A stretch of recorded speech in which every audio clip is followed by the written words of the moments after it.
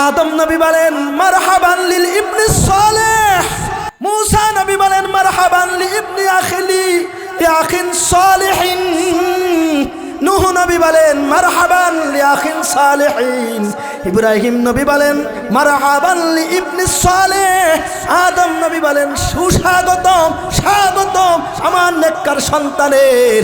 আজকে আমার জন্ম, আমার বংশ ধন্য হয়ে গেল, আমার জিন্দেগি ধন্য হয়ে গেল। আমার বংশে আল্লাহ তাআলা এমন একজন পুত পবিত্র মানব সন্তান জন্ম দিয়েছেন, যার জন্য আসমানের সমস্ত ফেরেশতা উপস্থিত, যার জন্য সমস্ত নবী রাসূল উপস্থিত, যার জন্য আসমান জমিন সব কিছুকে আল্লাহ তাআলা কুরবান করে দিয়েছেন। জোরে বলেন সুবহানাল্লাহ। मैं आशिक मौला हो मेरा इश्क निराला, मैं आशिक मौला हो मेरा इश्क निराला, जिसकी तजल्ली से जिसकी मोहब्बत से दुनिया जहाँ जिसकी मोहब्बत से उजाला, दुनिया जहाँ जिसकी तजल्ली से उजाला, मैं आशिक नबी हो मेरा इश्क निराला, दुनिया जहाँ जिसकी मोहब्बत से उजाला, दुनिया जहाँ जिसकी मोहब्बत से उजाला। आदम नबी বলেন আমার পুত পবিত্র আমার নেক সন্তানের জন্য সুস্বাগতম। নূহ নবী বলেন আমার নেককার ভাই মুহাম্মাদের জন্য সুস্বাগতম। সমস্ত নবী দাঁড়ায় দাঁড়ায় স্বাগতম জানাইলেন। সুবহানাল্লাহ। বিদেশি মেহমান আসলে যেমন সবাই মিলে স্বাগত দেয়, এখন সরকারি নিয়ম অনুযায়ী, রাষ্ট্রীয় নিয়ম অনুযায়ী বিভিন্নভাবে সংবর্ধনা দেওয়া হয়, ঠিক কিনা জোরে বলেন। রাষ্ট্রীয় সম্মাননা জানানো হয়। আল্লাহর পক্ষ থেকে সমস্ত নবী রাসূল উপস্থিত হয়ে গেছেন। সাইয়্যিদুল মুরসালিন খাতামুন নবিয়্যিন রাহমাতুল লিল আলামিন মক্কাতুল মুকাররমা থেকে বাইতুল মাকদিস আসবেন। সমস্ত নবী রাসূল উপস্থিত হয়ে গেছেন, ফেরেশতা কুল উপস্থিত হয়ে গেছেন। বাইতুল মাকদিসকে সুন্দর করে সুগ্রাম দ্বারা পুরা বাইতুল মাকদিসকে সাজানো হয়েছে। নবী আলাইহিস সালাতু ওয়াস সালাম আসলেন সবার সাথে। যখন কর্মোদ্যন হয়ে গেল, পরিচয় হয়ে গেল, এইবার আল্লাহ হযরত জিবরিল আলাইহিস সালাতু ওয়াস সালাম আযান দিলেন। আল্লাহু আকবার বলেন। বেলা আজানে বেলালি, আজানে বেলালি, যে আজানের জন্য আল্লাহ পাক রব্বুল আলামিন হাবশার কালো বেলালকে কবুল করেছেন, যে আজানের ধ্বনি একজন রাখাল কৃতদাস কালো গোলাম বেলালের জবান দিয়ে উচ্চারণ করিয়েছেন, ওই আজান আল্লাহ পাক রব্বুল আলামিন জিবরিল আলাইহিস সালাতু ওয়াস সালামের জবান থেকে উচ্চারণ করালেন। আল্লাহর নির্দেশে জিবরিল আলাইহিস সালাতু ওয়াস সালাম বাইতুল মাকদিসে আজান দিয়ে দিলেন। আল্লাহু আকবার। আরো জোরে বলেন আল্লাহু আকবার। আজান হয়ে গেল। এইবার জিবরিল আলাইহিস সালাতু ওয়াস সালাম গিয়ে নবী সবাই অপেক্ষা, নামাজ পড়াবে কে? নামাজ পড়াবে কে? আজান হয়ে গেল, নামাজ পড়াবে কে? নামাজের মুসাল্লা ইমামের জায়গাটা খালি, সবাই কাতারে দাঁড়ায় আছে। অনেক সময় দেখবেন বিশেষ করে জানাজার জন্য যখন আমরা দাঁড়াই, দেখা যায় সামনে কেউ নাই, সবাই অপেক্ষা করে কে জানাজা পড়াবে। ধাক্কাধাক্কি হয়, কেউ বলে ছেলে পড়াবে, কেউ বলে নাতি পড়াবে, কেউ বলে জামাই পড়াবে, কেউ বলে ভাই পড়াবে, ঠিক কিনা জোরে বলে। সবাই সবার মুখের দিকে তাকায়, কে পড়াবে? আল্লাহু আকবার। জিবরিল আলাইহিস সালাতু ওয়াস সালাম বললেন তাকাদ্দাম ইয়া মুহাম্মদ, ওগো নবী মুহাম্মদ সামনে আগান, লিহাদা ফাজলুল্লাকা, এই শ্রেষ্ঠত্ব আপনার। আল্লাহু আকবার। বলে কেন? কারণ হইল নামাজ পড়তে হলে কোরআন লাগবে, ঠিক কিনা জোরে বলেন। নামাজ পড়তে হলে কোরআন লাগবে।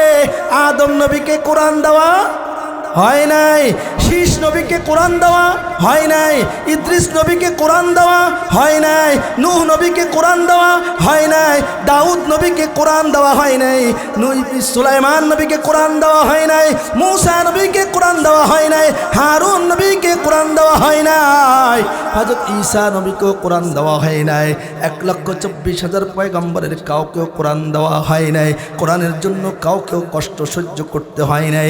কোরআনের জন্য কারোর শরীরে রক্ত ঝরে ধরাইতে হয় নাই, কোরআনের জন্য কারোর মাথার মধ্যে হেলমেট ভেঙে ঢুকাইতে হয় নাই, কোরআনের জন্য কারোর দান মোবারক শহীদ হয় নাই, কোরআনের জন্য কারোর পিঠের মধ্যে পাথর বাঁধতে হয় নাই, কোরআনের জন্য কাউকে নিজের ভিটা ছাড়তে হয় নাই। ঠিক কিনা জোরে বলেন?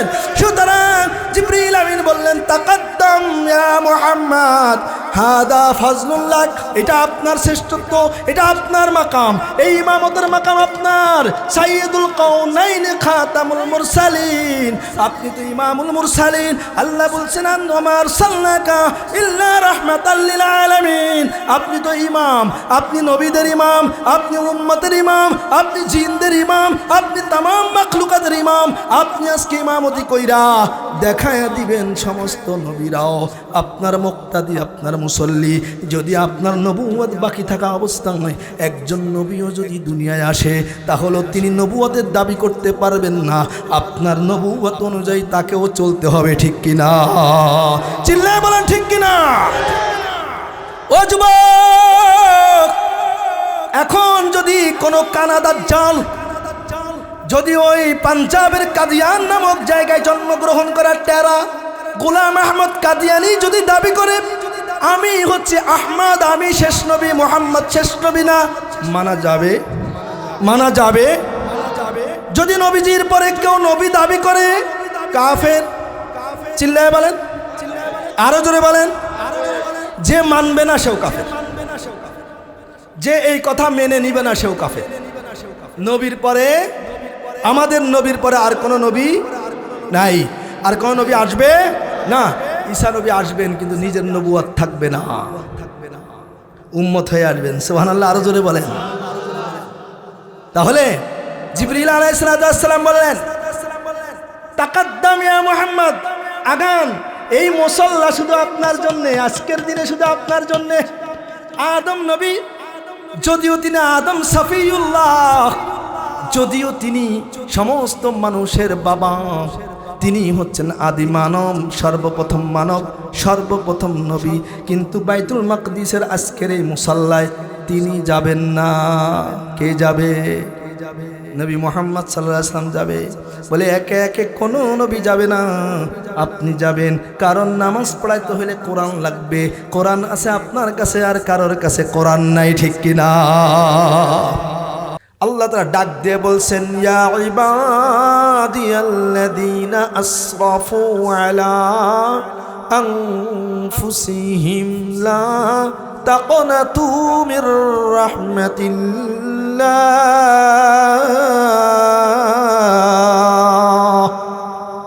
আল্লাহ ডাক দিচ্ছেন, ও আমার বান্দা, তোমার বয়স বুঝি 70 হয়ে গেছে, 75 হয়ে গেছে, 80 বছর হয়ে গেছে, জিন্দেগি ভর তুমি নাফরমানি করেছো, ইবাদত বন্দেগি করো নাই, তুমি নিজে গুনাহ করছো, জুলুম করছো, নিজের উপরে জুলুম আর গুনাহ করতে করতে করতে করতে তোমার মধ্যে ভয় আসছে।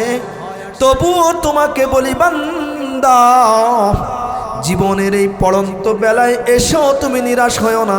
আমি আল্লাহর কাছে হাত উঠায়া তুমি ক্ষমা চাও, দোয়া করো, আমি আল্লাহ তোমার জিন্দেগির সব গুনাহ মাফ করে আমার রহমতের কোলে উঠায় নেব। সুবহানাল্লাহ। আল্লাহ পারেন কিনা? পারেন কিনা? পারেন। এই জন্যে নিরাশ হওয়া যাবে না, আল্লাহর কাছে চাইতে হবে, আল্লাহর কাছে বলতে হবে, নিজের গুনাহের স্বীকৃতি আল্লাহর কাছে দিতে হবে। আল্লাহ আমি গুনাহগার। কি বলেন, কেউ আছেন এখানে বলতে পারেন যে হুজুর আমার কোনো গুনাহ নাই? একমাত্র নাবালেগ যারা আছে এরা ছাড়া কি সবার গুনাহ আছে না? আল্লাহ নবী হাদিসেই বলছেন, কুল্লু বানি আদম খাত্তাউন ওয়া খায়রুল খাত্তাইন আত-তাওয়াবুন। সমস্ত বনি আদম গুনাহগার। এটা হলো সমষ্টিগতভাবে। একান্ত কেউ এমন হলো যে গুনাহ করে না, আলহামদুলিল্লাহ, এটা আল্লাহর খাস রহমত। স্বাভাবিকভাবে মানুষ মানেই কি করে? গুনাহ করে। আল্লাহ নবী বলছেন সমস্ত বনি আদম গুনাহগার, তার মানে তার মধ্যে গুনাহ করার যোগ্যতা আছে। কিন্তু এই গুনাহগারদের মধ্যে সর্বোত্তম ওই সমস্ত ব্যক্তি যারা তওবাকারী। সুবহানাল্লাহ বলেন। খায়রুল খাত্তাইনা আত-তাওয়াবুন। মুআজ্জাজ মুহতারাম হাজিরিন, আমি আবারও আহ্বান করছি, আসেন এই রহমতের শামিয়ানার নিচে আসেন। হতে পারে আজকের শামিয়ানার নিচে বসাটাই আমার আপনার নাজাতের ওসিলা হয়ে যাবে। কিয়ামতের দিন আল্লাহ তাআলা এটাকে কেন্দ্র করে আমাকে আপনাকে মাফ করবেন। কি ভাই আল্লাহ পারেন কিনা? আল্লাহ পারেন। মুআজ্জাজ ও মুহতারাম প্রিয় ভাইয়েরা, বাবাজিরা আমার, আমি আপনাদের খুবই কাছের একজন মানুষ, আপনারাও আমার অত্যন্ত কাছের এবং মহাব্বতের ভালোবাসার মানুষ। যদিও সবসময় ব্যস্ততার কারণে অন্য সময় আসা হয় না, সুযোগ হয় না, কিন্তু আপনারা মহব্বত করেন, ডাকেন। এই কয়েক বছর আসতেছি, কিছু কথা শোনাই। আল্লাহ তাআলা যদি এই ওসিলায় আমাকে আপনাকে এই পারস্পরিক মহব্বত ভালোবাসাটাকেও কিয়ামতের দিন নাজাতের জন্য কবুল করেন, তবু আমাদের জীবনটা ধন্য হয়ে যাবে ইনশাআল্লাহ। আল্লাহ আমাদের এই মহব্বতকে নাজাতের ওসিলা হিসেবে কবুল করেন। সবাই বলেন আল্লাহুম্মা আমিন। আজকে 1447 হিজরির রজব মাসের 20 তারিখ রাত শুরু হয়েছে। সারাদিন ছিল 19, আরবি রাত আসে আগে, দিন আসে পরে। এই জন্যে আজকে হচ্ছে রজবের 20 তারিখ। রজব মাস রমজানের 1 মাস আগের মাস। রজবের পরে শাবান, শাবানের পরে রমজান। এই রজব মাস যখনই আসতো, নবী আলাইহিস সালাতু ওয়াস সালাম যতদিন জীবিত ছিলেন, রজব মাস আসলেই নবীজি আল্লাহর কাছে দোয়া করতে শুরু করতেন। আল্লাহুম্মা বারিক লানা ফি রজবিন ওয়া শাবান ওয়া বাল্লিগনা রমাদান। কার কার মুখস্থ আছে? যারা নিয়মিত মুসল্লি তাদের তো মুখস্থ থাকার কথা। ইমাম সাহেবরা এই মাস আসলেই তো শুরু করেন মুনাজাতের মধ্যে, না? সবাই পড়েন আমার সাথে, আল্লাহুম্মা বারিক লানা ফি রজবিন ওয়া শাবান ওয়া বাল্লিগনা রমাদান। এর অর্থ কি? হে আল্লাহ, আপনি আমাদের রজব এবং শাবান মাসের মধ্যে বরকত দান করেন। বলেন আমিন। এবং আমাদের হায়াতকে রমজান পর্যন্ত দীর্ঘায়িত করেন। বলেন আমিন। দোয়া, কত সুন্দর দোয়া আল্লাহ নবী শিখিয়েছেন, আল্লাহ নবী করেছেন। প্রিয় ভাইয়ারা আমার, আমি সংক্ষিপ্ত এই রজব মাসের উপরে একটু কথা বলে আমি আমার মূল আলোচনায় যাচ্ছি। রজব মাস এবং শাবান মাস এটা হলো মূলত রমজান মাসের প্রস্তুতির মাস। কিসের মাস? প্রস্তুতির মাস। কেমন প্রস্তুতি? খেয়াল কর, পিছনে যুবকরা বসে গল্প করতেছে, তারা মুরব্বীরা কেউ নাই। এই বাচ্চাদেরকে, যুবকদেরকে একটু সরায় সরায় বসান যারা গল্প করতেছে, এই যে এই পশ্চিম পাশে। আর না হলে যদি ওরা না মানে তাহলে বাইরে গিয়ে বাদাম খাবে, কিন্তু এর ভিতরে বসে গল্প করবে না। আপনি বসেন বাবা, আপনি বসেন, পিছনে লোক আছে। তো খেয়াল করেন, প্রস্তুতি নিতে হবে। কিভাবে? মনে করেন আমাদের দেশে বিদেশ থেকে, অন্য দেশ থেকে একজন রাষ্ট্রপতি আসবেন, প্রধানমন্ত্রী আসবেন, বিদেশি একজন মেহমান আসবে, তাহলে কি হবে? আমাদের দেশে এই প্রধানমন্ত্রীকে সংবর্ধনা দেওয়ার জন্যে, স্বাগতম জানানোর জন্যে, বরণ করার জন্যে আগে থেকেই প্রস্তুতি শুরু হয় কিনা? এয়ারপোর্ট সাজানো গোছানো হয়, রাস্তাঘাট পরিষ্কার পরিচ্ছন্ন করা হয়, বিভিন্ন বিলবোর্ড লাগানো হয়, ফুলের টব বসানো হয়, ফুল গাছ লাগানো হয়, ওয়াল রাইটিং করা হয়, বিভিন্ন ওই দেশের এবং বাংলাদেশের পতাকাগুলো উঠানো হয়। কি বলেন? একটা প্রস্তুতি শুরু হয়। কেন? একজন মুআজ্জাজ সম্মানিত মেহমান আমাদের দেশে আসবেন, একজন রাষ্ট্রীয় গেস্ট আমাদের দেশে আসবেন, এই জন্যে প্রস্তুতি নেওয়া হয়।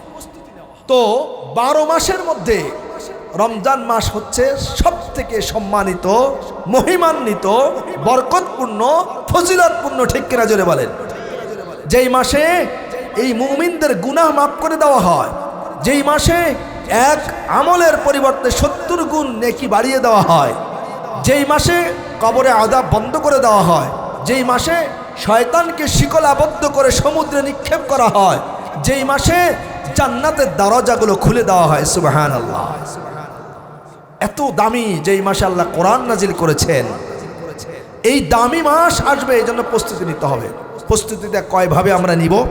এক, আল্লাহ নবী আলাইহিস সালাতু ওয়াস সালামের শিক্ষা, এক নম্বরে রজব মাস শাবান মাসে আল্লাহর কাছে দোয়া করতে হবে।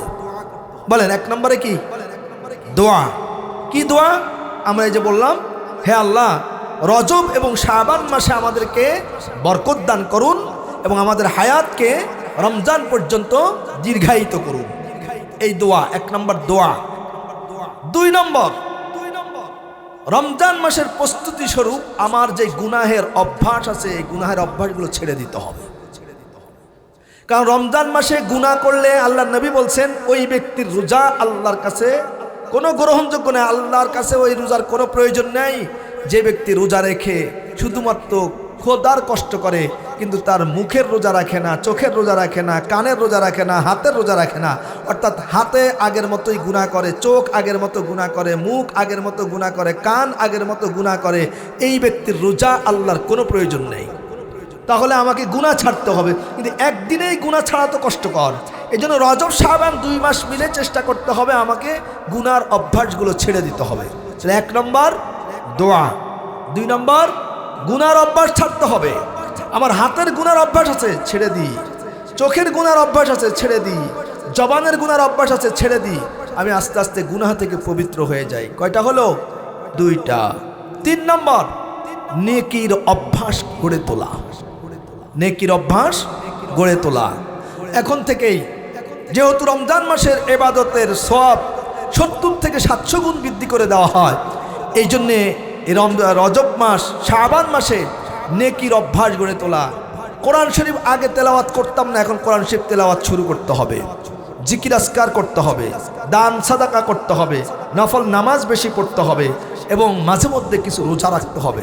কমপক্ষে সোমবার, বৃহস্পতিবার এবং যে সামনে যে 2 চাঁদ আছে, চাঁদের 13, 14, 15 এই তারিখগুলো কিছু নফল রোজা রাখার অভ্যাস করা।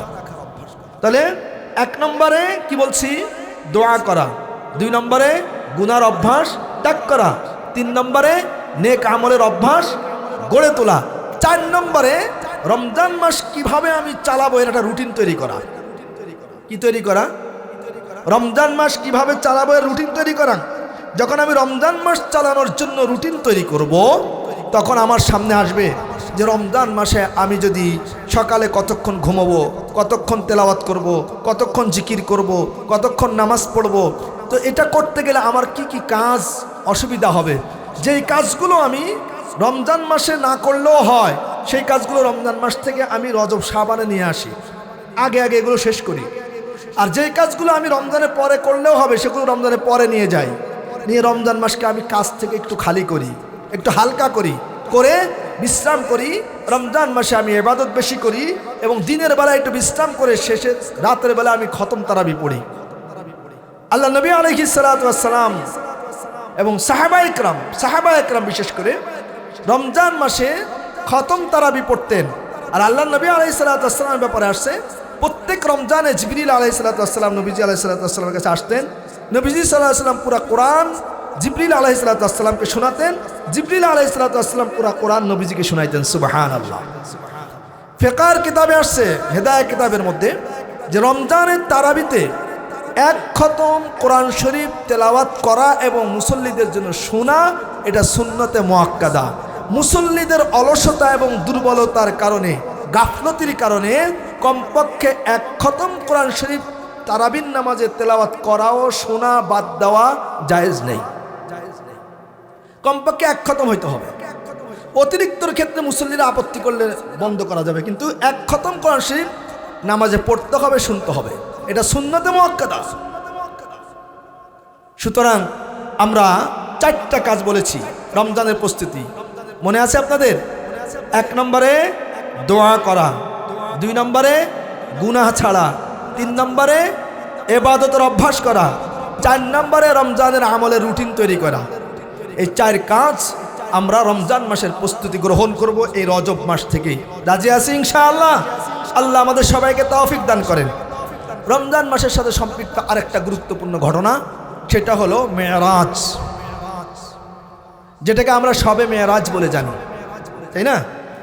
কুরআনুল কারীমের মধ্যে এক সূরা আছে, সূরাতুল ইসরা অথবা সূরা বনী ইসরাঈল। এই সূরার প্রথম আয়াত আমি আপনাদের সমক্ষে তেলাওয়াত করেছি। আল্লাহ সুবহানাহু ওয়া তাআলা ইরশাদ করছেন, সুবহানাল্লাযী আসরা বিআবদিহি লাইলাম মিনাল মাসজিদিল হারাম।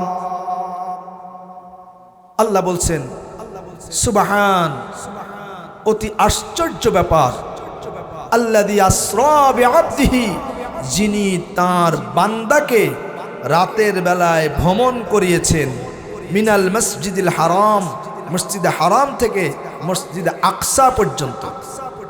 কেন? লিনুরিয়াহু মিন আয়াতিনা, যেন আমি তাকে দেখাইতে পারি আমার নিদর্শন সমূহ। তাহলে ইসরা, ইসরা আরবি, এর থেকে একটা শব্দ তৈরি হয়েছে আসরা। ইসরা শব্দের অর্থ হলো রাতের বেলায় ভ্রমণ করা, রাতের বেলায় সফর করা। যেহেতু এই ঘটনাটা রাতে ঘটেছে এবং এটা হলো মক্কা থেকে বাইতুল্লাহ থেকে বাইতুল মুকাদ্দাস পর্যন্ত জেরুজালেমে, এই বাইতুল মুকাদ্দাস পর্যন্ত যে সফর ছিল এটাকে বলা হয় ইসরা। যদি কোনো ব্যক্তি ইসরা তথা এই মেরাজের এই অংশ ইসরাকে, রাতের এই সফরকে যদি কেউ অস্বীকার করে তাহলে সে বেঈমান হয়ে যাবে, কারণ এটা কোরআন দ্বারা প্রমাণিত। আর যদি কেউ মেরাজ, এই বাইতুল মুকাদ্দাস থেকে সিদরাতুল মুনতাহা আরশ মুআল্লা পর্যন্ত নবী আলাইহিস সালাতু ওয়াস সালামকে আল্লাহ নিয়ে গেছেন, এটাকে বলা হয় মেরাজ। মেরাজকে যদি কেউ অস্বীকার করে তাহলে সে হবে বেদাতি এবং গুমরাহ। আমার ভাইরা, এই মেরাজ তাহলে জমিনের যে সফর বাইতুল্লাহ থেকে বাইতুল মুকাদ্দাস, এটার নাম ইসরা। আর বাইতুল মুকাদ্দাস থেকে ঊর্ধ্ব জগতে যে সফর এটার নাম হচ্ছে মেরাজ। পার্থক্য দুইটা, একটা হলো ইসরা রাতের সফর, আর একটা হলো মেরাজ। মেরাজ হচ্ছে বাইতুল মুকাদ্দাস থেকে আল্লাহর পর্যন্ত যে নিয়ে গেছেন আল্লাহ তাআলা নবী আলাইহিস সালাতু ওয়াস সালাম, এটার নাম হচ্ছে মেরাজ। তো এই মেরাজ কখন সংঘটিত হয়েছে, কোন প্রেক্ষাপটে, একটু খেয়াল করে শুনবেন। আমি শুধুমাত্র ঘটনা শোনানোর জন্য আপনাদের কাছে আমি বয়ান করব না, কারণ এই ঘটনা আপনারা সবাই জানেন, কিন্তু আমি এখান থেকে আপনাদেরকে কিছু মেসেজ দিতে চাচ্ছি। সেই জায়গাটাতে আমি যাব, কখন সংগঠিত হয়েছে। নবীজি সাল্লাল্লাহু আলাইহি ওয়াসাল্লাম নবুয়ত প্রাপ্ত হওয়ার 10ম বছর, যেই বছরকে বলা হয় আমুল হুজুন, দুঃখের বছর, শোকের বছর। এই কয়দিন আগে আমাদের দেশে 3 দিনের শোক, জাতীয় শোক ঘোষণা করা হয়েছে না? তো আল্লাহর পক্ষ থেকে নবীজি আলাইহিস সালাতু ওয়াস সালামের জন্য 1 বছরের শোক ঘোষণা করা হয়েছে। এই বছরের নাম হলো আমুল হুজুন। হুজুন মানে দুঃখ, শোক, আম মানে বছর, আমুল হুজুন শোকের বছর, দুঃখের বছর। নবী আলাইহিস সালাতু ওয়াস সালামের জন্য নবুয়তের 10ম বছর। কিভাবে আমুল হুজুন হলো, দুঃখের বছর, শোকের বছর কিভাবে হলো? আপনারা শুনেছেন নবী আলাইহিস সালাতু ওয়াস সালামের দাদা মারা গেছেন নবীজির 8 বছর বয়সে, না? তার আগে 6 বছর বয়সে মা মারা গেছেন, গর্ভে থাকতে আব্বা মারা গেছেন। তাহলে আপন তো আর কেউ রইল না। 8 বছর থেকে নিয়ে নবী আলাইহিস সালাতু ওয়াস সালামের নবুয়তের 10ম বছর, তার মানে 50 বছর বয়স পর্যন্ত নবী আলাইহিস সালাতু ওয়াস সালামকে সমস্ত বিপদ আপদ থেকে, শত্রুর আক্রমণ থেকে, কাফেরদের বিরোধিতা থেকে, সমস্ত কিছু থেকে আগলে রেখেছেন, প্রোটেক্ট করেছেন, আশ্রয় দিয়েছেন যিনি দুনিয়াতে, তার নাম হচ্ছে আবু তালেব, তার চাচা, নবীজির চাচা আবু তালেব। আর নবী আলাইহিস সালাতু ওয়াস সালামের দ্বীনি কাজের প্রচার প্রসার, নিরাপত্তা, নিশ্চিন্ততা, নির্বিঘ্নতা তৈরি করার ক্ষেত্রে সবথেকে বেশি সান্ত্বনা, অর্থ ব্যয়, সহযোগিতা, মানসিক শক্তি যিনি দান করেছেন তিনি ছিলেন নবী আলাইহিস সালাতু ওয়াস সালামের প্রিয়তমা সঙ্গিনী, জীবন সঙ্গিনী, আমাদের আম্মাজান খাদিজাতুল কুবরা রাদিয়াল্লাহু তাআলা আনহা। ঠিক কিনা জেনে বলেন। কিন্তু নবুয়তের 10ম বর্ষে হযরত আবু তালেবও মারা গেলেন, খাদিজাতুল কুবরা রাদিয়াল্লাহু তাআলা আনহাও ইন্তেকাল করলেন। তাহলে 2 জন সহযোগী, 2 জন ছায়াদানকারী, 2 জন সহমর্মী একই বছরে ইন্তেকাল করছেন। নবী আলাইহিস সালাতু ওয়াস সালাম মানুষ হিসাবে মানসিক দিক থেকে একটু বিপর্যস্ত হয়ে গেলেন, একটু অপ্রস্তুত হয়ে গেলেন। কাফেরদের চতুর্মুখী চাপ, নতুন যারা মুসলমান হচ্ছে তাদের উপরে কাফেরদের নির্যাতন, মুসলমানদেরকে তারা হত্যা করতেছে, মুসলমানদেরকে মক্কা থেকে বের করে দিচ্ছে, মুসলমানদের জায়গা জমি ভিটা বাড়ি সব ক্রয় করতেছে, মুসলমানদের সামনে বাবার সামনে সন্তানকে হত্যা করতেছে, মায়ের সামনে সন্তানকে হত্যা করতেছে, সন্তানের সামনে মাকে উলঙ্গ করে হত্যা করতেছে। এক ভয়াবহ অবস্থা, ভয়াবহ মরুভূমির উত্তপ্ত বালুকার উপরে দুর্বল মুসলমানদেরকে চিৎ করে শুয়ে বুকের উপরে বিশাল বড় বড় পাথর চাপিয়ে দিচ্ছে, গলার মধ্যে রশি লাগিয়ে প্রচণ্ড গরমের মধ্যে উত্তপ্ত বালুর মধ্যে বকরি ভেড়া আর বন্য প্রাণীর মতো টেনে হিসড়ে নিয়ে বেড়াচ্ছে। এই ভয়াবহ মুহূর্তে আশ্রয়দাতা, সহযোগী, সহমর্মী, সঙ্গী আর সঙ্গিনী যখন দুনিয়া থেকে বিদায় হয়ে গেছেন, নবী আলাইহিস সালাতু ওয়াস সালাম কতটা বিমর্ষ, কতটা বিষণ্ণ, কতটা দুঃখিত, এটা তো চিন্তা করলেও বোঝা যায়, ঠিক কিনা জোরে বলেন। নবীজি পেরেশান, দেখলেন চাচাও নেই, আমার জীবন সঙ্গিনী খাদিজাও নেই, মক্কার মানুষ তো আমার দাওয়াতও কবুল করতেছে না। মনে মনে ভাবলেন, আমি ছোটকালে দুধ পান করেছি হালিমাতু সাদিয়া রাদিয়াল্লাহু তাআলা আনহার কাছে, আমার দুধমা হালিমার ঘরে সেই তায়েফে, সেখানে আমি ছোটকাল কাটিয়েছি। সেই বনু সাদ গোত্রে আমার শিশুকাল কেটেছে, দীর্ঘ সময় থেকেছি, তারা ছোটকালে আমাকে দেখেছে। ওখানকার মানুষ হয়তো আমার দাওয়াত কবুল করবে, গ্রহণ করবে, এই জন্য তিনি নিজের আজাদকৃত গোলাম, আবার বলা হয়েছে পালক পুত্র যায়েদ ইবনে হারেসা রাদিয়াল্লাহু তাআলা আনহুকে সঙ্গী করে তিনি মক্কা থেকে বের হয়ে তায়েফে চলে গেলেন। আলহামদুলিল্লাহ, আল্লাহ তৌফিক দান করছেন। এই 2-3 মাস আগে আল্লাহ দেখার তৌফিক দান করছেন। হালিমাতু সাদিয়া রাদিয়াল্লাহু তাআলা আনহার সেই বাড়ির যেই ভিটাটা, সেটা আমরা দেখে আসছি, যেখানে নবী আলাইহিস সালাতু ওয়াস সালাম বকরি চড়াইতে যাওয়ার পরে বুক বিদীর্ণ করে সব কিছু বের করে পরিষ্কার করছে, সেই ময়দানটাও দেখে আসছি। এখন সরকারিভাবে সেটা ঘিরে রাখছে। একেবারে চতুর্দিকে পাহাড়, পাহাড়ের মাঝখানে একটা জায়গা, ঢালু জায়গা। আল্লাহ, সেখানে গেলেও এখনো ভয় করে, এমন পাহাড়ি এলাকা। এবং এই তায়েফের পাহাড় এত উপরে, প্রায় 6,500, 8,000, 8,500 ফিট উপরে মক্কা থেকে এই শহরটা। গাড়িতে পাহাড়ে ঘুরে ঘুরে ঘুরে ঘুরে ঘুরে উঠতে হয়। সেখানে প্রতিদিনই প্রায় বৃষ্টি হয়, ঠান্ডা। অথচ মক্কায় প্রচণ্ড গরম, সেখানে ঠান্ডা, মানে যে বাতাস ধরা যাচ্ছে, মানে মেঘ ধরা যাচ্ছে। এখান থেকে আরো দূরে গিয়ে প্রায় 85 কিলোমিটার দূরে শেফা এবং দাক্কা পাহাড়, দাক্কা পাহাড়, শেফা পাহাড়। এই পাহাড়ে পুরো পাহাড়ের উপরে শহর। আমরা সেখানে গেছি, বৃষ্টি, অনর্গল বৃষ্টি হচ্ছে, অথচ মক্কায় প্রচণ্ড গরম। মক্কার মানুষগুলো ওই সময় স্কুল কলেজ সব বন্ধ, সব মানুষ ওই এলাকায় চলে গেছে মানে সময় কাটানোর জন্যে। ওখানে বৃষ্টি হচ্ছে আর মক্কায় গরম আর গরম। সেই পাহাড়, আমাদের নবী সাল্লাল্লাহু আলাইহি সাল্লাম দিনের দাওয়াত নিয়ে ওই পাহাড়ের উপরে উঠছেন 9,000 ফিট উপরে, জমিন থেকে 9,000 ফিট উপরে। তাহলে তখন তো গাড়ি ছিল না, কত কষ্ট করেছেন বলেন তো নবীজি সাল্লাল্লাহু আলাইহি। এই যুবকরা একটু কান খাড়া করে শোনো, তোমার আমার জন্য নবীজি কত কষ্ট করেছেন। আজকে সেই নবীর দিন আমাদের সামনে বিলীন হয়ে যাচ্ছে। নবী আলাইহিস সালাতু ওয়াস সালাম তায়েফ গেলেন, দাওয়াত দিলেন। তারা বলল, হারে আল্লাহ বুঝি আর লোক খুঁজে পাইল না, আব্দুল্লাহর পুত্র এই এতিম মুহাম্মদকে নবুয়ত দিয়েছে, নবুয়ত দিলে তো আমাদের সমাজের অমুক অমুক অমুক এই 3 জন, এরা একেবারে সম্ভ্রান্ত, তাদেরকে নবুয়ত দিবে। আল্লাহ বুঝি আর লোক খুঁজে পায় না, মুহাম্মদকে নবুয়ত দিছে। এই কথা বইলা তা নবীজি সাল্লাল্লাহু আলাইহি সাল্লামকে তিরস্কার করে বের করে এলাকার বখাটে যুবকদেরকে একত্রিত করে লেলিয়ে দিল। তারা নবীজির পিছু নিল। তায়েফ শহরে রোডের মাঝখানে, যেখান থেকে নবীজি আলাইহিস সালামের পাথর নিক্ষেপ শুরু হয়েছে, সরকার সেই জায়গাটাকে সুন্দর করে একটা চত্বর বানিয়েছে। সেই জায়গাটা একটু গাছ লাগানো আছে এবং ঘিরে দেওয়া আছে। ওই জায়গা হলো সূচনা, পাথর নিক্ষেপ শুরু করছে। এখান থেকে নবী আলাইহিস সালাম পাথরের আঘাতে জর্জরিত হয়ে ছুটতে শুরু করছেন। পালক পুত্র যায়েদ ইবনে হারেসাকে নিয়ে ছুটতে শুরু করছেন। ছুটতে ছুটতে গিয়ে আদ্দাস রাদিয়াল্লাহু তাআলা আনহু, তিনি একজন গোলাম, নবীজি গেছেন।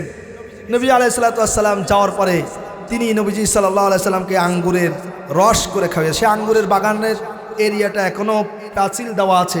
আমরা যখন গিয়ে তখন দেখি যে পাতাকপির চাষ করছে পুরাটা, এখন আর আঙ্গুর বাগান নাই, পাতাকপি। তো এবং সেখানে নবী সাল্লাল্লাহু আলাইহি সাল্লামকে তিনি এই রাখাল নবীজি সাল্লাল্লাহু আলাইহি সাল্লামকে দুধ পান করিয়েছেন। তো নবী সাল্লাল্লাহু আলাইহি সাল্লাম সেখানে গিয়ে বলছে, তোমার নাম আদ্দাস না? তোমার বাড়ি কি ওই অমুক জায়গায়? তোমার বাবা, তোমার মা? নবী সব বললেন। উনি অবাক হয়ে গেলেন। নবী সাল্লাল্লাহু আলাইহি সাল্লাম হাত দিয়ে ইসলাম কবুল করলেন। নবীজি তাকে নিয়ে, যায়েদ ইবনে হারেসাকে নিয়ে 2 রাকাত নামাজ পড়েছেন।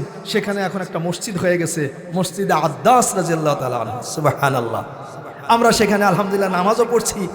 এরপরে বলার উদ্দেশ্য দেখেন, নবী সাল্লাল্লাহু আলাইহি সাল্লাম সেখান থেকে এই পাহাড় ঢালু দিয়ে উঠে গিয়ে একটা নিচু জায়গায় দিয়ে গিয়ে একটা পাহাড়ের আড়ালে গিয়ে নবীজি আশ্রয় গ্রহণ করেছেন। ওই যেই পাহাড়ে বসার পরে পাহাড়ের ফেরেশতা এসে বলছিল, ইয়া রাসূলুল্লাহ, আপনি শুধু বলেন, আমরা 2 দিকের পাহাড় দিয়ে এই তায়েফকে শেষ করে দিই। ওই পাহাড়ে গিয়ে বসছেন।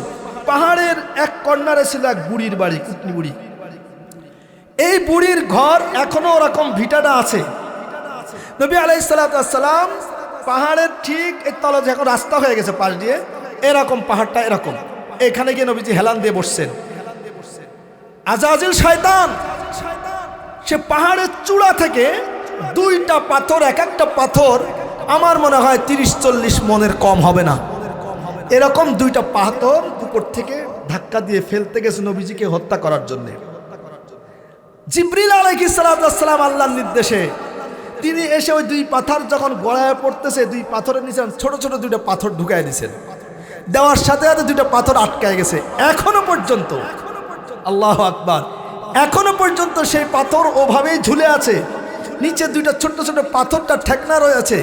নিচে গেলে মনে হয় এখনই বুঝি আমার উপরে গড়ায় পড়বে। আল্লাহু আকবার। আটকায় রাখছেন কে? আটকায় রাখছেন কে? কেন রাখছেন? কিয়ামত পর্যন্ত উম্মতকে দেখাবেন যে বাঁচানোর মালিক কে? নেতা। নেতা, হ্যাঁ, বাঁচার জন্য ঈমান বিক্রি করে নেতার কাছে চলে যান। নেতা বাঁচাইতে পারবে না, বাবা পারবে না, মা পারবে না। বাঁচানোর মালিক একমাত্র আল্লাহ। আল্লাহ বাঁচাবেন ইনশাআল্লাহ। আমার ভাইয়েরা, পাথর এখনো এইভাবে ঝুলে আছে। এই পাথর যেখানে ঝুলে আছে, নবীজি যেখানে বসছিলেন, সেই জায়গাটা এখন মসজিদুর রাসূল নামে একটা ছোট্ট মসজিদ করা আছে। ওই মসজিদের গেট লাগায় দেওয়া আছে, লোহার গেট। আল্লাহর কসম যদি করি আমার কাফারা দিতে হবে না। আমার সাথে বিশ্বাস না হয়, আমার সাথে ওই মুসলিম আব্দুর রহমান জামি ছিল, আমার সাথে সত্যজিৎপুর বাজারে কাপড়ের দোকান ইমাম হোসেন, মাওলানা ইমাম হোসেন আমার সাথে ছিল। জিজ্ঞেস করবেন গিয়ে। নবী সাল্লাল্লাহু আলাইহি সাল্লাম ওই যে পাথরের আঘাতে শরীরের রক্ত আর ঘাম নিয়ে ছুটতে ছুটতে গিয়ে সেখানে বসছেন। শরীর থেকে সেখানে ঘাম ঝরছে, রক্ত ঝরছে। এখনো পর্যন্ত ওই গ্রিল দিয়ে আপনি যদি এভাবে নাক টান দেন, এখনো পর্যন্ত নবীজির শরীরের সেই ঘামের আর রক্তর ঘ্রাণ আতর থেকেও বেশি সুগন্ধি বের হয়। সুবহানাল্লাহ, এত সুঘ্রাণ সেখানে। এই বুড়ি যখন এই তায়েফের দুষ্টরা যখন ছুটে আসতেছিল, বুড়ি তখন বলছে, ওই যে তোমরা কারে খুঁজতেছো? বলে যে এরকম মোহাম্মদ আসছে দাওয়াত দিতে। বলে যে আমি দেখছি একটা লোক এরকম ক্ষত বিক্ষত ওখানে গিয়ে বসছে। তখন তারা নবীজিকে আবার ধরছে, আবার আঘাত করছে। এই জন্য এই বুড়িকেও আল্লাহ তাআলা বুড়িকেও একেবারে বুড়ির চিহ্নটাও রেখে দিয়েছেন, কিয়ামত পর্যন্ত থাকবে। দিনের পক্ষে যে তার স্মৃতিও বাকি থাকবে, দিনের বিপক্ষে যে তার স্মৃতিও বাকি থাকবে। আবু বকরের নাম বাকি থাকবে, যেমন আবু জেহেলের নাম বাকি থাকবে, ওমরের নাম বাকি থাকবে, তো উতবা সাহেবের নাম বাকি থাকবে। ওমর আর আবু বকরের নাম নিবে তো কিয়ামত পর্যন্ত আনেওয়ালা উম্মত রাদিয়াল্লাহু আনহুম ওয়া রাদু আনহু বলবে, আর ওদের নাম নিবে ফি নারি জাহান্নাম খালিদিনা বলবে।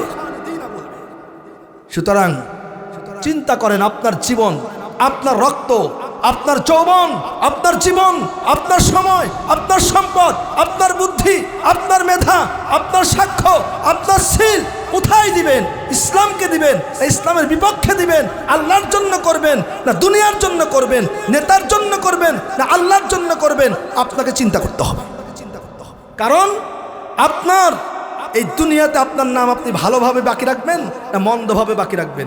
আপনার নাম মানুষ ভক্তি ভরে দোয়ার সাথে উচ্চারণ করবে নাকি বদদোয়ার সাথে উচ্চারণ করবে, এটা আপনাকে ঠিক রাখতে হবে। আজ কত মানুষ, কোনো মানুষ দুর্বলদেরকে জুলুম করতেছে, অসহায়দেরকে জুলুম করতেছে, আর গরিব মানুষের সম্পদ ভোগ করতেছে। তা বাবা না এতিমদের সম্পদগুলো কৌশলে দলিল করে নিয়ে চলে যাচ্ছে। এগুলো করলে কি হবে? সে তো দুনিয়া থেকে একদিন না একদিন যাবেই, কিন্তু দুনিয়ার মানুষ তাকে কোনোদিনও ভালো বলবে না। ঠিক কিনা জোরে বলেন? এই জন্যে ভালো কিছু করতে হবে। সেই বুড়ির নাম এখনো নেওয়া হয়। দেখেন বুখারী শরীফের হাদিসের মধ্যে আসছে, আল্লাহ নবী আলাইহিস সালাতু ওয়াস সালাম বলছেন, তোমরা যেখানে কাকলাস দেখবা, কাকলাস চিনেন? হ্যাঁ, কায়লাস বলে না, কাকলাস। যেখানেই দেখবা, অজাক আরবিতে বলছে, যেখানেই দেখবা সেখানে হত্যা করবা। কারণ বলছে যে এটা শয়তানের একটা চেলা। হযরত নবী ইব্রাহিম আলাইহিস সালাতু ওয়াস সালামকে যখন আগুনে নিক্ষেপ করা হলো নমরুদের পক্ষ থেকে, তখন এই দুষ্টুটা দূর থেকে ফু দিছিল যে বলেন তো, যেই আগুন এত তেজ, এত তাপ, যে প্রায় 3 কিলোমিটার উপর দিয়ে যদি পাখি যেত সাথে সাথে জ্বলে নিচে পড়ে যেত, এত তাপ, তাহলে কত দূর থেকে এই শয়তানটা ফু দেওয়া লাগছে, বাতাস দেওয়া লাগছে, প্রাণীটাই কতটুক, ওর ফুর শক্তি কতটুকু। অথচ এই নমরুদের কাজে, শয়তানের কাজে, জালেমের কাজে সহযোগিতা করার কারণে আল্লাহ তাআলা এত ঘৃণিত করেছেন, ওকে যদি কেউ হত্যা করে তার আমলনামায় নেকি লেখা হবে। সুবহানাল্লাহ। অপরদিকে ব্যাঙ নমরুদের আগুন নিবানোর জন্য দূর থেকে প্রস্রাব করছে। বলেন তো দেখি, ব্যাঙ কতটুকু প্রাণী, ওর প্রস্রাবকে এত দূরে আগুনের কাছে যায় নাই। কিন্তু আল্লাহ তাআলা ব্যাঙের প্রস্রাবকে এই কারণে একেবারে পাক করে দিয়েছেন। ব্যাঙ যদি প্রস্রাব করে আমার আপনার কাপড় পুরাটা ভিজিয়েও দেয়, তবুও এটা নাপাক হবে না, আলহামদুলিল্লাহ। কেন? ওই যে সত্যের পক্ষে থাকার কারণে, হকের পক্ষে থাকার কারণে, দ্বীনের পক্ষে থাকার কারণে, নবীর পক্ষে থাকার কারণে, আল্লাহ প্রেমিকদের পক্ষে বক্তব্য দেওয়ার কারণে, সহযোগিতা করার কারণে, সাক্ষ্য দেওয়ার কারণে আল্লাহ তাআলা কিয়ামত পর্যন্ত ব্যাংককে মর্যাদাবান করে দিয়েছেন আর কাকলাসকে অভিশপ্ত করে দিয়েছেন। ইউসুফ আলাইহিস সালামকে বিক্রি করার জন্য বণিকরা বাজারে তুলছে, আজিজে মেসের পর্যন্ত লক্ষ লক্ষ টাকা নিয়ে উপস্থিত। সেখানে এক বুড়ি চলে গেছে একটা সুতার কাঠি নিয়ে। সবাই জিজ্ঞেস করছে, মা এই সুতার কাঠি মেয়ে কি হবে? বলে আমি জানি কিচ্ছু হবে না, আজিজে মেসেরের সামনে আমার এটা কিচ্ছু না, কিন্তু কিয়ামতের দিন আমি আল্লাহকে বলতে পারবো যে আল্লাহ, আমার সাধ্য, আমার সামর্থ্য যা ছিল তাই দিয়েই আমি আপনার নবীর ভালোবাসা প্রকাশ করতে গিয়েছি। এতটুকু বক্তব্যের কারণে ইনশাআল্লাহ আল্লাহ তাআলা সেই বুড়িকে নেককারদের অন্তর্ভুক্ত করে নিয়েছেন, আলহামদুলিল্লাহ। এই জন্য সত্যের পক্ষে থাকতে হবে ইনশাআল্লাহ। রাজি আছি ইনশাআল্লাহ? আমার জীবন, আমার যৌবন, আমার সমর্থন, আমার বুদ্ধি, আমার বিদ্যা কোনো কিছুই যেন জালেমের পক্ষে না যায়, কোনো কিছুই যেন বৎকারের পক্ষে না যায়, কোনো কিছুই যেন মানে যারা অন্য সম্পদ ভোগ করে তাদের পক্ষে না যায়। আমার সমর্থন, আমার বক্তব্য, আমার সহযোগিতা যেন দ্বীনের পক্ষে হয়, ইসলামের পক্ষে হয়, আল্লাহ ওয়ালাদের পক্ষে হয় ইনশাআল্লাহ। রাজি আছে ইনশাআল্লাহ? আমার ভাইরা, বলছিলাম আমি শুধু গল্পের জন্য গল্প বলবো না, প্রত্যেকটা কথার পর আমি একটা শিক্ষা বলবো। নবী আলাইহিস সালাতু ওয়াস সালামের এই বছরের নাম কি ছিল? বাংলা বলেন কি বছর? দুঃখের বছর। আরবিতে বলা হয়েছে আমুল হুজুন, দুঃখের বছর। নবী সাল্লাল্লাহু আলাইহি ওয়াসাল্লাম তায়েফে গেলেন, পাথর নিক্ষেপ করলো, আহা নবীজি পড়ে যান। এই দুষ্টুরা নবীজিকে আবার তুলে দাঁড় করিয়ে দেয়, আবার ধাক্কা দিয়ে পাথর নিক্ষেপ করতে শুরু করে। নবীজি আবার পড়ে যান, মাথা থেকে নিয়ে শরীরের সর্বত্র ক্ষত বিক্ষত হয়ে রক্ত ঝরে নবী সাল্লাল্লাহু আলাইহি ওয়াসাল্লামের জুতা মুবারক পায়ের সাথে একবারে টাইট হয়ে গেছে। কত কষ্ট করেছেন নবীজি। সেই নবী সাল্লাল্লাহু আলাইহি ওয়াসাল্লামের রেখে যাওয়া দিন, যেই নবীর শরীরের মধ্যে মাছি বসা হারাম ছিল, মশা বসা হারাম ছিল, যেই নবীর জীবনে কোনো গুনাহ নাই, যেই নবী গুনাহ করেনও নাই, যেই নবীকে গুনাহ করার সুযোগ আল্লাহ দেন নাই, যেই নবী পুত পবিত্র, যেই নবী আসমান জমিন সব কিছুর মধ্যে আল্লাহর পরে সব থেকে মর্যাদাবান, যেই নবীর প্রেমে স্বয়ং আল্লাহ পাক রব্বুল আলামিন যেই নবীর প্রেমিক, নবীজিকে বানিয়েছেন মাশুক, নবীজি প্রেমেশপদ, আল্লাহ স্বয়ং প্রেমিক, সেই নবীজিকে পাথর নিক্ষেপ করা হয়েছে, সেই নবীজির দান্দান মোবারক শহীদ করে দেওয়া হয়েছে, সেই নবীজির মাথার মধ্যে লোহার কড়া ঢুকিয়ে দেওয়া হয়েছে, সেই নবীজির আঙ্গুল মোবারক শহীদ হয়ে গেছে। নবীজি সাল্লাল্লাহু আলাইহি ওয়াসাল্লাম আল্লাহর দরবার শুকরিয়া আদায় করেছেন, আমাদের আপনার পর্যন্ত দিন পৌঁছানোর জন্য, আমাকে আপনাকে জাহান্নামের আগুন থেকে বাঁচানোর জন্য, আমার আপনার জিন্দেগিতে মুসলিম হিসাবে পরিচয় নিয়ে বেঁচে থাকার জন্য, আমাকে আপনাকে আল্লাহর জান্নাত পর্যন্ত পৌঁছানোর জন্য স্বয়ং নবীজি এত কষ্ট করেছেন। এই জন্য আমার যুবক ভাইয়েরা, কার নেশায়, কার প্রেমে, কার ভক্তিতে আজকে সব উজাড় করে দিচ্ছ? যেই নবী এত কিছু দিয়ে গেল আমাদেরকে, সেই নবীর জন্য কি করলে? আল্লাহ নবী সাল্লাল্লাহু আলাইহি ওয়াসাল্লাম তায়েফ থেকে ফিরে আসছেন। তায়েফ থেকে ফিরে আসছেন, মনটা বড় খারাপ। এসে এখানে হজ উমরা করতে কেউ গেছেন? আছেন কেউ? আলহামদুলিল্লাহ।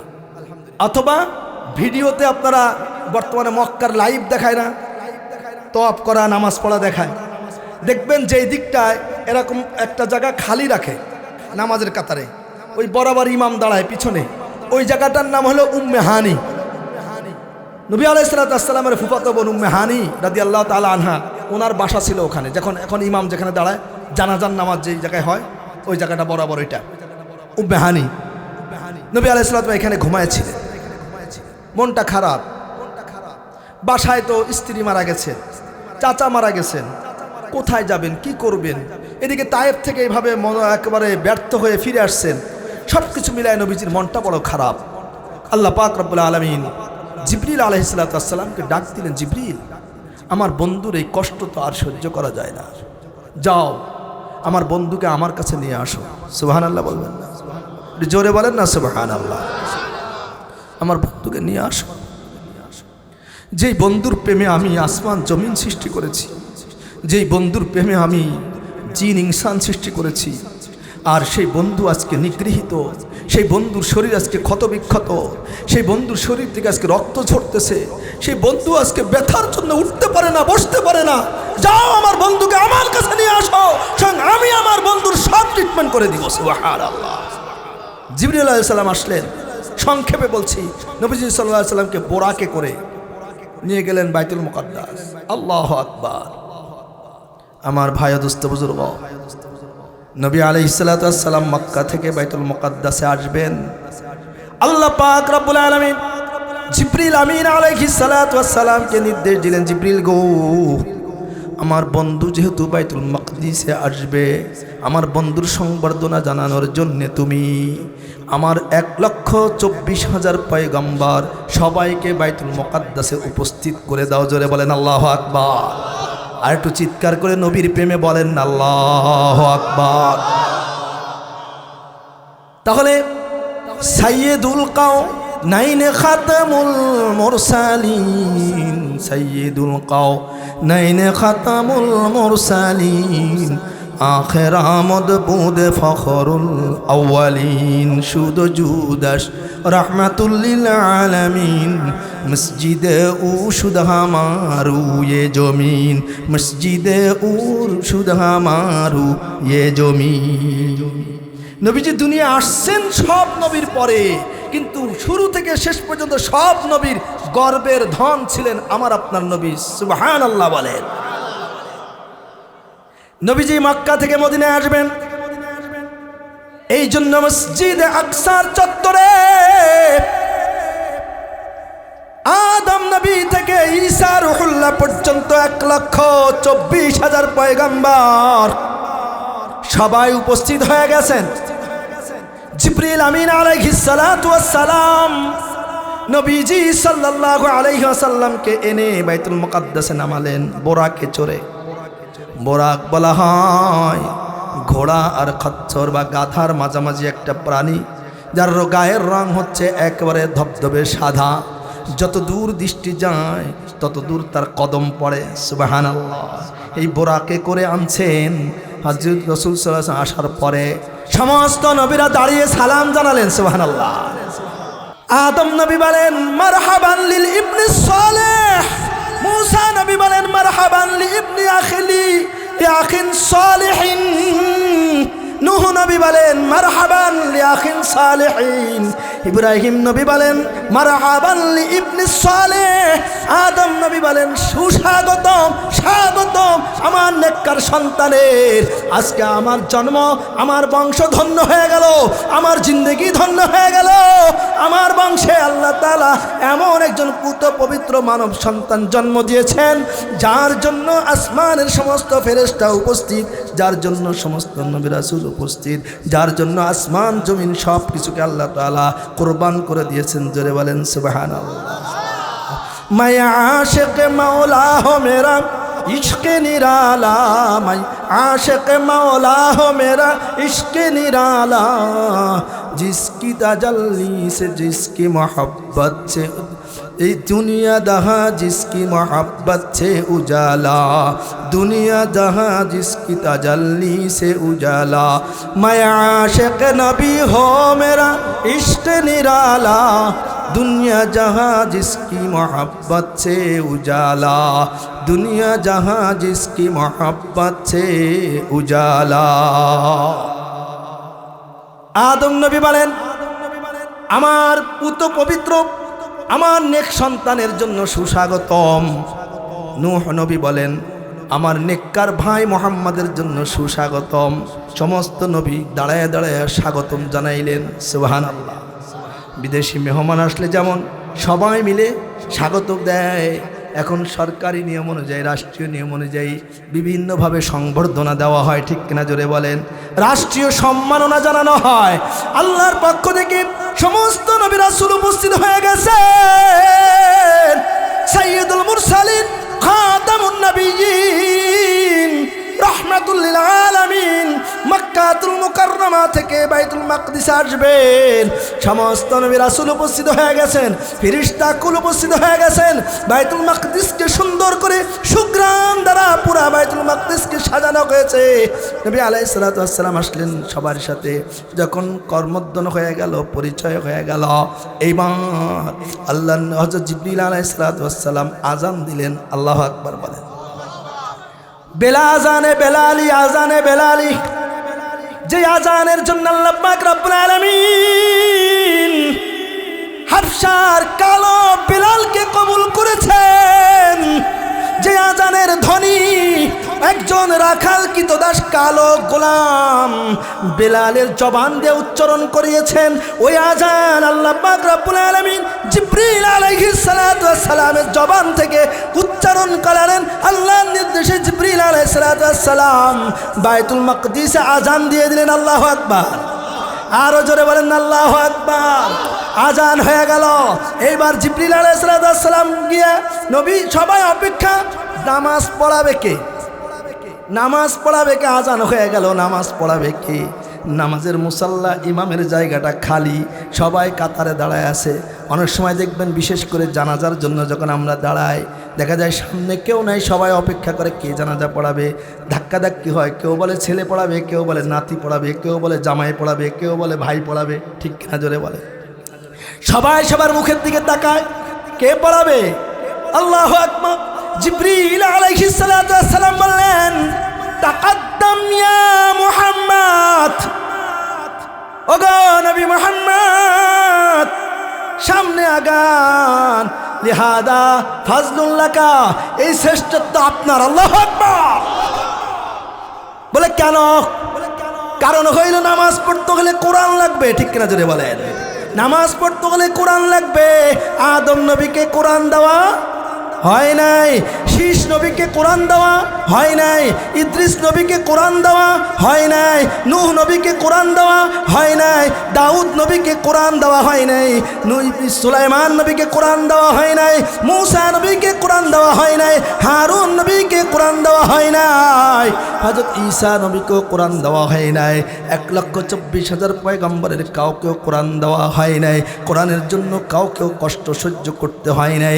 কোরআনের জন্য কারোর শরীরে রক্ত ঝরাইতে হয় নাই। কোরআনের জন্য কারোর মাথার মধ্যে হেলমেট ভেঙে ঢুকাইতে হয় নাই। কোরআনের জন্য কারোর দান্দান মোবারক শহীদ হয় নাই।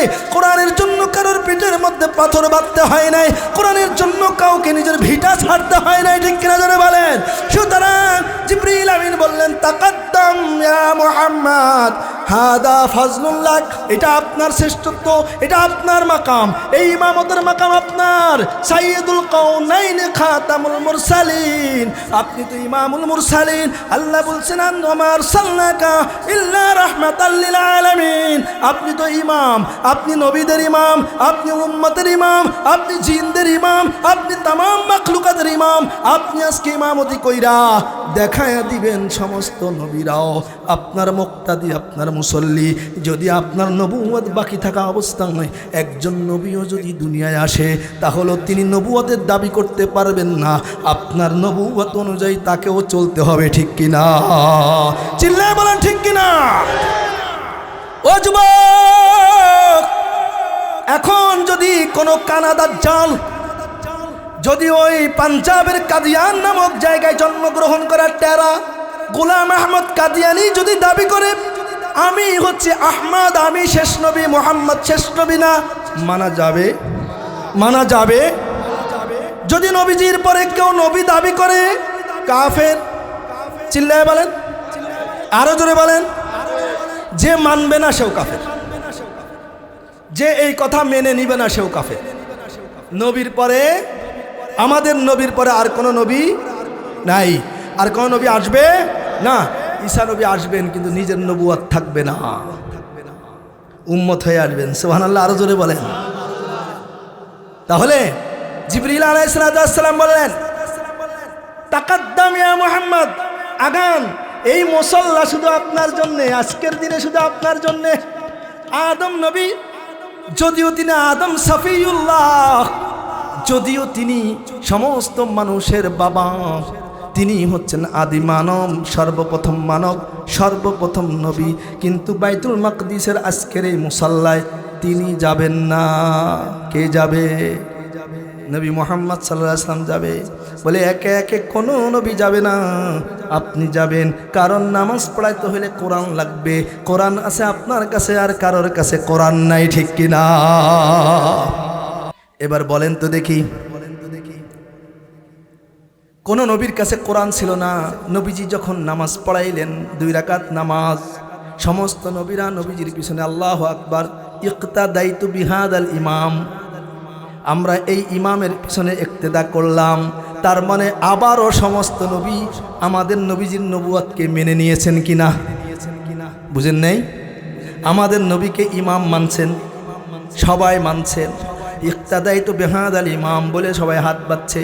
নবীজি সূরা ফাতিহা পড়ছেন, অন্য অন্য সূরা পড়ছেন, নামাজ পড়ছেন। নবীজির পিছনে কোনো নবী কিন্তু সূরায়ে ফাতিহাও পড়েন নাই, অন্য কোনো সূরাও পড়েন নাই, কারণ অন্য কোনো নবীকে কিন্তু কোরআন দেওয়া হয় নাই। এর দ্বারাই বোঝা গেল নবীরা যেহেতু আমাদের নবীর পিছনে ইক্তেদা করছেন, সূরায়ে ফাতিহা পড়েন নাই, তাদের নামাজ হয়ে গেছে। সুতরাং হানাফি মাযহাবেও ইমামের পিছনে সূরায়ে ফাতিহা পড়া যাবে না। সুতরাং হানাফি মাযহাবের অনুসারী যারা, তাদেরও ইমামের পিছনে সূরায়ে ফাতিহা না পড়লেও নামাজ হয়ে যাবে, ঠিক কিনা?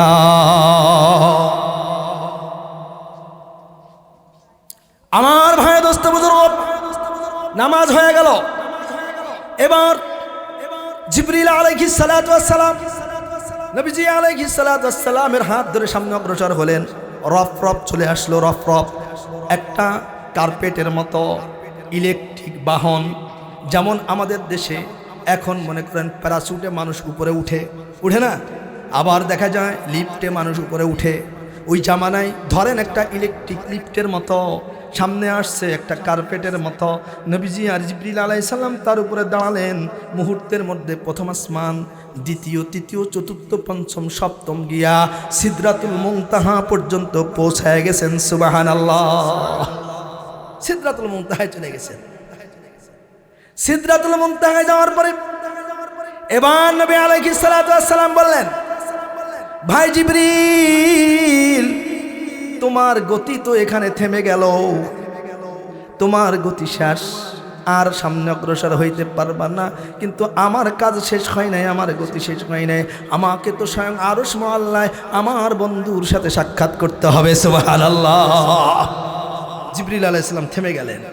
নূরের তৈরি জিবরিল থেমে গেলেন, মাটির তৈরি মুহাম্মদ অগ্রসর হয়ে গেলেন। সুবহানাল্লাহ। বলেন তো দেখি, নূরের তৈরি মাখলুকের মর্যাদা বেশি না মাটির তৈরি মাখলুকের মর্যাদা বেশি? আল্লাহ নবী সাল্লাল্লাহু আলাইহি সাল্লাম অগ্রসর হয়ে চলে গেলেন। বলা হচ্ছে আজকের দিনে নূরের তৈরিদেরকেও সামনে অগ্রসর হইতে দেওয়া হবে না, কারণ আজকের দিনে নূরের তৈরি যে মর্যাদা তার থেকেও যিনি আশরাফুল মাখলুকাত, ফিরিস্তা বলো, জিন বলো, মানুষ বলো, আরও যত রকমের সৃষ্টি আছে সমস্ত সৃষ্টিকুলের মধ্যে যিনি আশরাফ, যিনি সম্মানিত, যিনি মর্যাদামান, যিনি মহিমান্বিত, যিনি সবার ঊর্ধ্বে, তাকে আজকে ডাকা হয়েছে। সুতরাং এই পরে আর কেউ অগ্রসর হইতে পারবে না, একমাত্র নবী মুহাম্মদুর রাসূলুল্লাহ সাল্লাল্লাহু আলাইহি ওয়াসাল্লাম একা দোস্তের কাছে সাক্ষাতে যাচ্ছেন, মোলাকাতে যাচ্ছেন, আর কারোর কোনো সুযোগ নেই। সুবহানাল্লাহ। কথা সংক্ষেপ করে দিই, সময় অনেক হয়ে গেছে আমার ভাইয়েরা। এখন বলেন তো, তাহলে এই মেরাজ কেন হয়েছে? আল্লাহ নবীজিকে কেন ডেকেছেন? কেন ডাকলেন? খেয়াল করেন, মক্কার লোকেরা নবীজিকে কি গ্রহণ করেছে? সবাই না। তায়েফের লোকেরা গ্রহণ করেছে না। আল্লাহ নবীজিকে ডাক দিয়ে বুঝাইতে চাইলেন, আমার দোস্ত, দুনিয়ার কেউ যদি আপনাকে নাও চায়, স্বয়ং আমি মাবুদ আপনাকে চাই। সুবহানাল্লাহ। আমি মাবুদ আপনাকে চাই। মিয়ানে শেখ মাশুক চেরামজিস কেরামান কাতিবিরাহাম খবর নিস কাছে নিয়ে গেছে। ফাআওহা ইলা আবদিহি মা আওহা ফাকানা কাবা কাউসাইনি আও আদনা। একেবারে কাছে চলে গেছেন।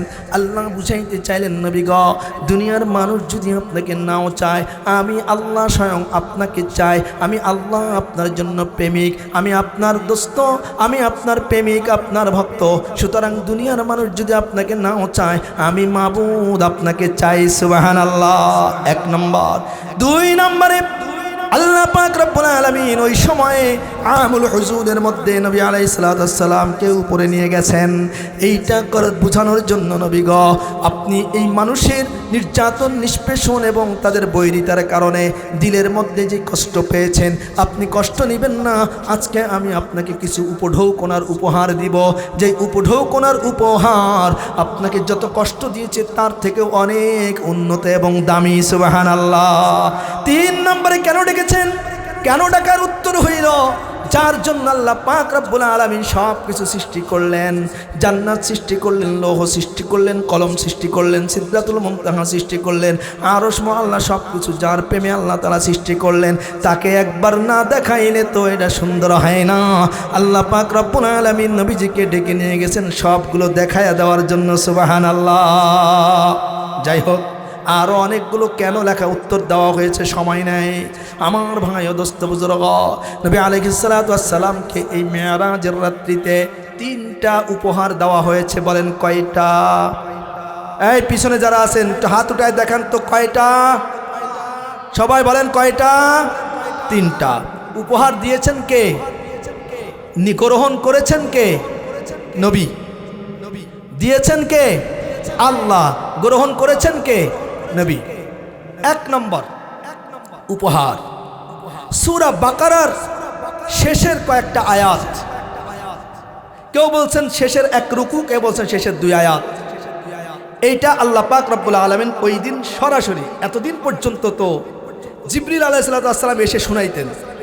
ওহী নাজিলের 7-8টা ধরন আছে। কখনো ঘন্টির আওয়াজ, কখনো মৌমাছির আওয়াজ, কখনো চেনের আওয়াজ, এরকম বিভিন্ন রকম হইতো। কিন্তু আজকে আল্লাহ পাক বললেন, বন্ধুগো, আপনি এতদিন পর্যন্ত মধ্যস্থতায় শুনেছেন, হেডফোনে শুনেছেন, ইয়ারফোনে শুনেছেন, রেডিওতে শুনেছেন। আজকে আমি সরাসরি স্টুডিওতে এনে আমি স্বয়ং বলবো, আপনি শুনবেন। সুবহানাল্লাহ বলেন। আল্লাহ পাক উপহার দিলেন সূরা বাকারার শেষ দুই আয়াত। এক নম্বর, যেই দুই আয়াত আপনারা পড়ে দেখবেন, সেখানে উম্মতের ক্ষমার কথা আছে, মাগফিরাতের কথা আছে, উম্মতের মর্যাদার কথা সেখানে বলা হয়েছে। এক নম্বর হলো সূরা বাকারার শেষ দুই আয়াত। দুই নম্বরে আল্লাহ পাক রব্বুল আলামিন প্রিয় বন্ধুকে দাওয়াত করে যে গিফট দিয়েছেন, হাদিয়া, উপঢৌকন দিয়েছেন। 2 নম্বর 50 ওয়াক্ত নামাজ দিয়েছেন। সুবহানাল্লাহ। কত ওয়াক্ত? 50 ওয়াক্ত নামাজ। নবীজি 50 ওয়াক্ত নামাজ নিয়ে রওনা হয়ে গেছেন। প্রতিমধ্যে এসে হযরত মূসা নবী আলাইহিস সালামের সাথে সাক্ষাৎ। মূসা নবী জিজ্ঞেস করলেন, ভাই মুহাম্মদ, আপনার রব আপনাকে কি হাদিয়া দিয়েছেন? বলেন, নবী ভাই মূসা, আল্লাহ তো আমার উম্মতের জন্য আল্লাহ তাআলা 50 ওয়াক্ত নামাজ হাদিয়া দিয়েছেন।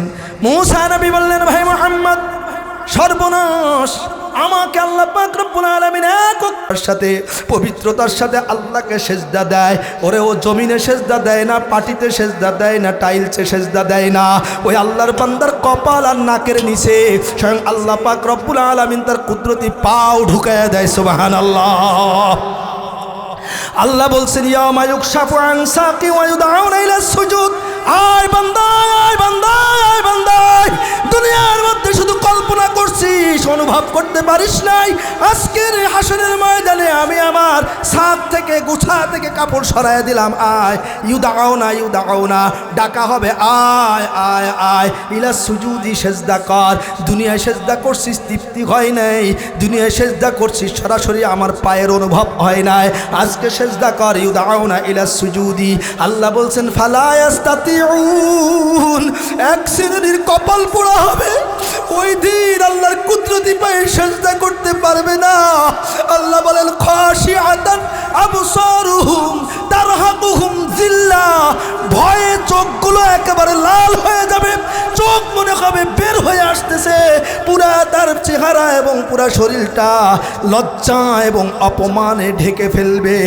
আল্লাহ বলেন, ওয়াকাদ কানু ইউদআউনা ইলা সুজুদ ফালা ইয়াসজুদুন। প্রতিদিন 5 ওয়াক্ত মসজিদ থেকে মুয়াজ্জিন ডাকছে, হাইয়া আলাস সালাহ, হাইয়া আলাল ফালাহ। না যুবক, ঘাড় ঘুরাইয়া যুবক চলে গেছে টাসের আড্ডায়, যুবক চলে গেছে চায়ের দোকানে, যুবক চলে গেছে গেম খেলতে, যুবক চলে গেছে বান্ধবী নিয়া, যুবক চলে গেছে বন্ধু নিয়া, যুবক চলে গেছে বিছানায়। ও যুবক, ফিরে আসো না আল্লাহর ডাকে প্রতিদিন 5 বার। হাইয়া আলাস সালাহ শুনছো, গুরুত্ব দাও নাই। হাইয়া আলাল ফালাহ শুনছো, গুরুত্ব দাও নাই। আসসালাতু খায়রুম মিনান নাওম শুনছো, গুরুত্ব দাও নাই। আল্লাহু আকবার, আল্লাহু আকবার শুনছো, গুরুত্ব দাও নাই। লা ইলাহা ইল্লাল্লাহ শুনছো, গুরুত্ব দাও নাই। ইকামতের ধ্বনি কানে গেছে, গুরুত্ব দাও নাই। ওই দিন কত ভয়াবহ পরিস্থিতি হবে। আল্লাহ বলছেন, খাশিআতান আবসারুহুম তারহাকুহুম যিল্লাহ। আল্লাহু আকবার, ভয়ে, লজ্জায়, অপমানে, অপদস্থতায় ওরে সন্তানের সামনে বাবা সেদিন সেজদা করতে পারবে না। বাবার সামনে সন্তান সেজদা করতে পারবে না। যেই বাবা দুনিয়ায় নামাজ পড়ে নাই, যেই সন্তান দুনিয়ায় নামাজ পড়ে নাই, ওই সন্তান সেই দিন বাবার সামনে লজ্জিত হবে। ওই বাবা সন্তানের সামনে লজ্জিত হবে। ওই নেতা কর্মীর সামনে লজ্জিত হবে। ওই কর্মী নেতার সামনে লজ্জিত হয়ে যাবে। আল্লাহ বলেন, খাশিআতান আবসারুহুম তারহাকুহুম যিল্লাহ। চতুর্দিক থেকে লাঞ্ছনা, লজ্জা এমনভাবে ঢেকে ধরবে। ওয়াকাদ কানু ইউদআউনা ইলা সুজুদি ওয়া হুম লা ইয়াসজুদুন। কারণ হইল দুনিয়াতেও এদেরকে ডাকা হয়েছে, প্রতিদিন 5 বার সেজদা করে নাই। এই কারণে তারাও কিয়ামতের দিন আল্লাহর কুদরতি পায়ে সেজদা করতে পারবে না। একমাত্র তারাই সেজদা করবে যারা দুনিয়াতে নিয়মিত নামাজ আদায় করছে, আল্লাহকে সেজদা করছে, তারা সেজদা করতে পারবে। যারাই সেজদা করতে পারবে সেই দিন তারাই বিনা হিসাবে আল্লাহর জান্নাতে চলে যাবে। সুবহানাল্লাহ। এই জন্য যুবক ভাই, তোমার কাছে আমি আমার জন্য একটা টাকাও চাবো না।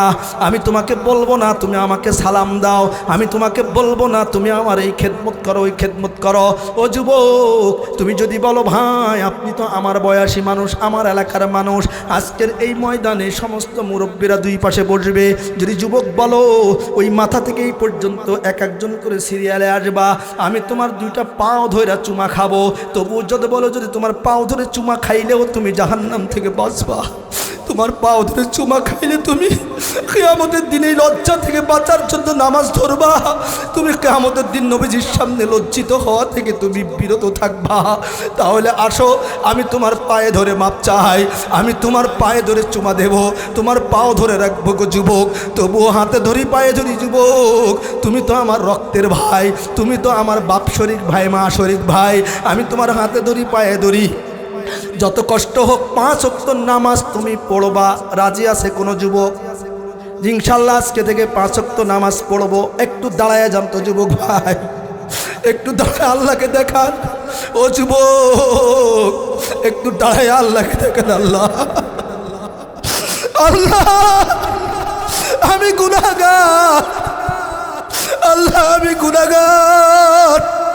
আপনার কোরআনের কথা, আপনার মুহূর্তের কথা বলেছে আল্লাহ। আমার ভাই বাবাজি যুবকরা সবাই হাত তুলছে। পর্দার আলের মা গো, তুমি ওয়াদা করো আর নামাজ কাজা করো না। দুনিয়ার অপমান কোনো অপমান না, পরকালের অপমান সব থেকে বড় অপমান। আল্লাহ আমার ভাইদের সবাইকে আপনি নামাজি হিসাবে কবুল করে কিয়ামতের ময়দানে আপনার কুদরতি পায়ে সেজদা দেওয়ার তৌফিক দান করেন। আমিন।